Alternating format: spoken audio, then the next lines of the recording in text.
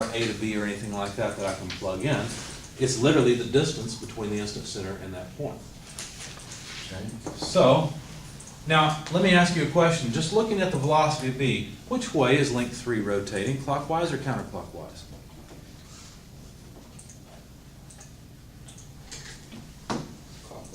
Clockwise. It's pivoting about here. B's moving this way. This point's not moving because this is a point on ground right now, also on body 3. It's not moving. And so link 3 has to be rotating clockwise for that to make any sense. Yes? At that particular point, would there be any rotation at all? Of 3? Because, right, because approaching that point, it would be a clockwise, but then after that point, it'd be a counterclockwise. So at that particular point in time, wouldn't that angular? You're saying it would be counterclockwise. I disagree. You're thinking it's going to be counterclockwise because you see that point 3 has to start moving up. But couldn't point 4 move up faster? And if point 4 moves up faster than 3 moves up, couldn't there still be then clockwise rotation? In fact, that's exactly what has to happen because link 3 cannot change its length. So as this moves, watch my hands and watch the 2 points. It has to rotate clockwise, doesn't it? Doesn't have a choice. It's a good question, but you have to be careful about your intuition there. Anything else? That's a good question. We're almost done. I know this is a marathon problem. We're getting close. Okay, so omega 3 is a velocity of b 2.618 meters per second divided by this distance. What is that distance? Well, we need a little bit of geometry here to figure it out. Let's see. Let me start off by drawing the link. Put the 0.25 meters on it. Now this base is 0.15 because B is directly below A, and so 0.15 is the appropriate base length. The geometry here, it works out really nice where this comes out to 0.2 meters.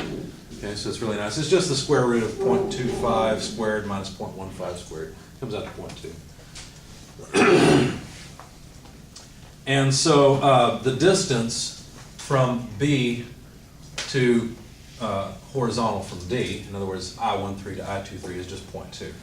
Okay, so 0.2 meters is the height, because this is point B here, and this is I13. And this is point D here. Okay, this geometry will be handy for us in just a minute as well. But anyway, the meters cancel, and this will give us an angular speed of body 3 that is clockwise and is 13.09 radians per second. I'm going to note that that is clockwise. We figured that out. Now, I need that, so let's jot it down over here. Omega 3 equals 13.09 radians per second clockwise. Okay? All right. Now could I get the velocity of point D? Yes. It's not going to help us much. We don't need it, but for the sake of analyzing with instant centers, I'm going to ask you to tell me, how do I get the velocity of point D?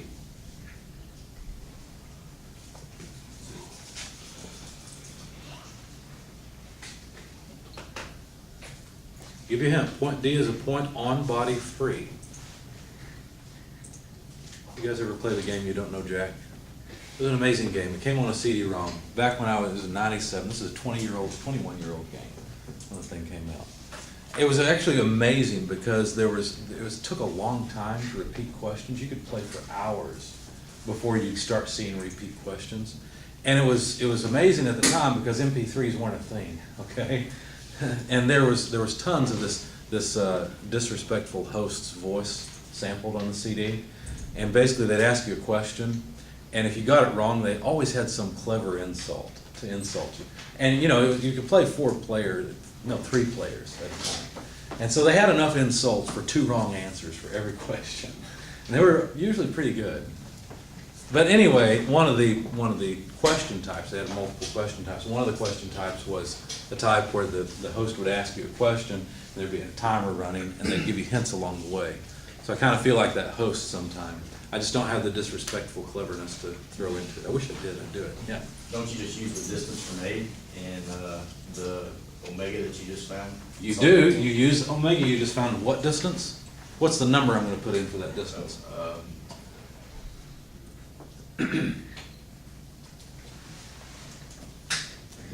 I'm going to need omega 3 times the distance. What distance would that be? How much? 115, this distance. right? I need the distance from the ground pivot of 3 to this point. Because 3 is just rotating right now. As far as I'm concerned, it's just rotating about I-13. Okay?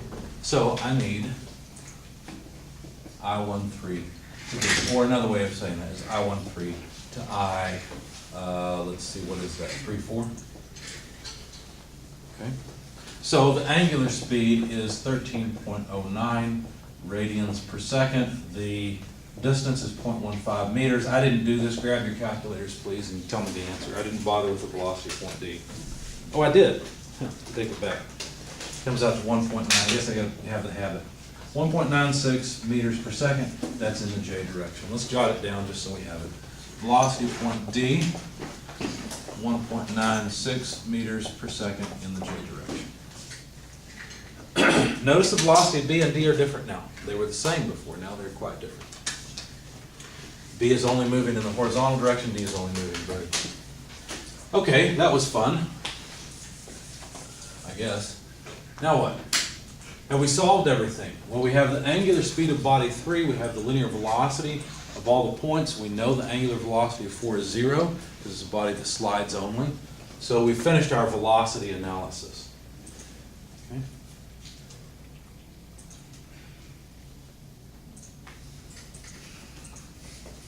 I went a more complicated way on my sheet. I don't know why I did that. Oh well. That's fine. Okay. Now let's go for the accelerator. You know what? I was trying to keep it all on one video, but I know I'm going to have to patch this together anyway, so I'm going to stop the video, take a 5-minute break. When you come back, we'll continue this problem.